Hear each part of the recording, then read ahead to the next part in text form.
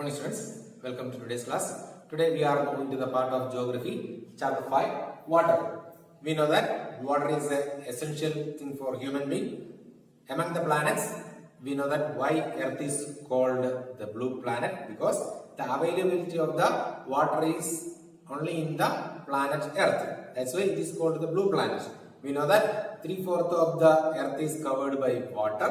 The main sources or the major sources of the water are in river, ponds and underground water, and major part of the water is including in the ocean, but it is salty. We cannot consume the water which is in the ocean.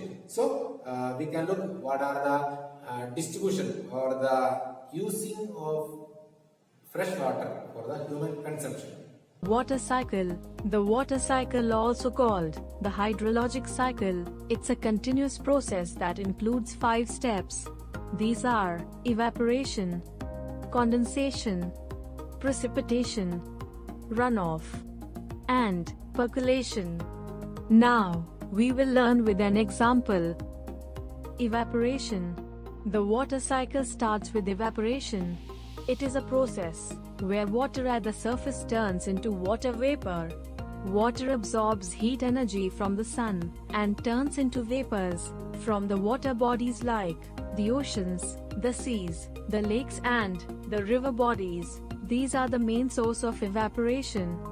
Through the evaporation, water moves from the hydrosphere to the atmosphere. As the water evaporates, it reduces the temperature of the bodies. Condensation. In this process, water vaporizes into water vapor. It rises up in the atmosphere. At the high altitudes, the water vapor changes into very tiny particles of ice, water droplets, because the temperature at high altitudes is low. This process is called condensation. These particles come close together and form clouds and fog in the sky. In this process, changes the state of water from gas to liquid.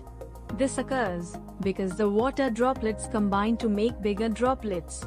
Also, when the air cannot hold any more water, it precipitates. At high altitudes, the temperature is low, and hence, the droplets lose their heat energy. These water droplets fall down as rain. Note: if the temperature is very low, below 0 degrees, the water droplets fall as snow. Water also precipitates in the form of drizzle, sleet and hail. Hence, the water enters lithosphere. Runoff. As the water pours down, in whatever form, it leads to runoff.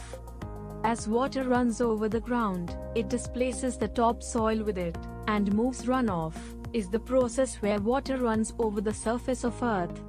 When the snow melts into water, it also leads to runoff.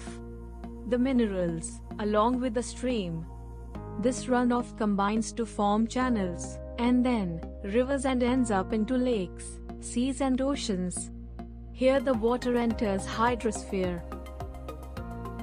Percolation. Sometimes, this water turns into groundwater, or water that is soaked up into the ground. This process is called percolation. Water flows downward, under the layers of the soil, and then, it starts again. The main part of the water we can see in the ocean, that is 97.3, and in the rivers and in ponds and in groundwater and in inland seas and water bodies and in atmosphere we can see the water, the availability of the water. So these are the main distribution of water bodies. We can look what are ocean circulation and ocean currents. Both these happen because of the winds. That is, ocean currents happen because of the polar winds. That means cold currents from polar winds, and from the equatorial region, warm currents, or the equatorial region are warm region. So warm currents are from the equatorial region, and cold currents from the polar region. We can look how it happens. Just as air has a circulation pattern, so do oceans. Circulation pattern of oceans depends on ocean currents, which in turn depend on differences in temperature, density, pressure, forces of wind, and gravity. A current is the regular and generally horizontal flow of ocean water in a definite direction. Ocean currents are the most powerful movements as they drive water for thousands of kilometers. They help steer ships and animals in water. There are two types of ocean currents: surface and deep.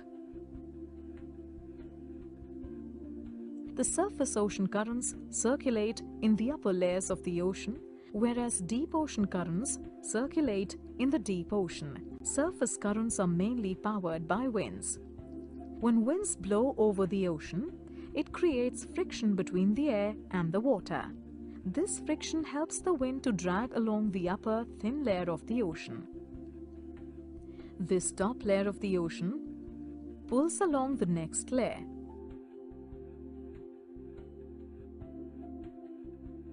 The impact of the frictional force exerted by the air lessens as the depth of the ocean increases.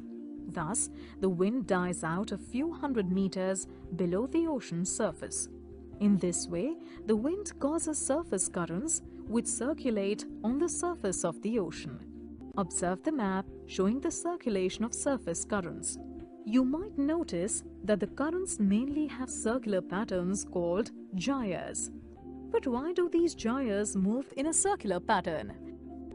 The circular patterns of surface currents are mainly caused by the Earth's rotation and bordering land masses. In the northern hemisphere, the Earth's rotation causes the winds which drive surface currents to deflect towards the right, and in the southern hemisphere, the winds help the surface currents to deflect towards the left. This is called the Coriolis effect.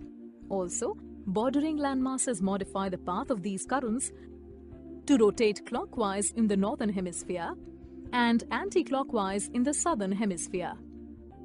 If you examine the map, you will observe 5 major gyres: 2 in the Pacific Ocean, 2 in the Atlantic Ocean, 1 in the Indian Ocean. In addition to these, there is one major surface current circulating around Antarctica.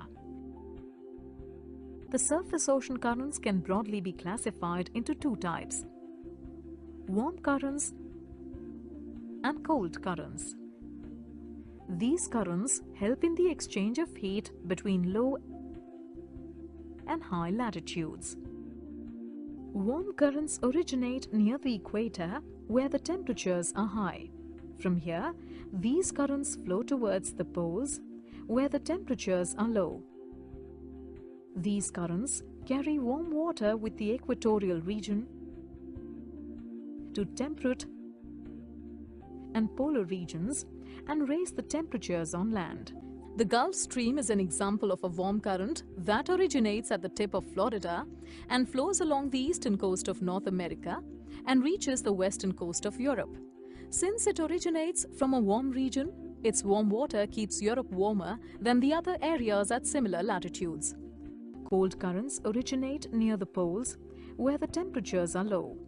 From here, these currents flow towards the temperate and equatorial regions. These cold currents carry cold water and lower the temperatures on land. The Labrador Current is an example of a cold current which originates in the Arctic Ocean. It flows between Labrador and Greenland to the coast of Newfoundland, Nova Scotia, and New England. In today's section, we have seen about the major sources of the water and the distribution of water sources and ocean currents and circulation and how it happens. The rest of the chapter we will see in the next class.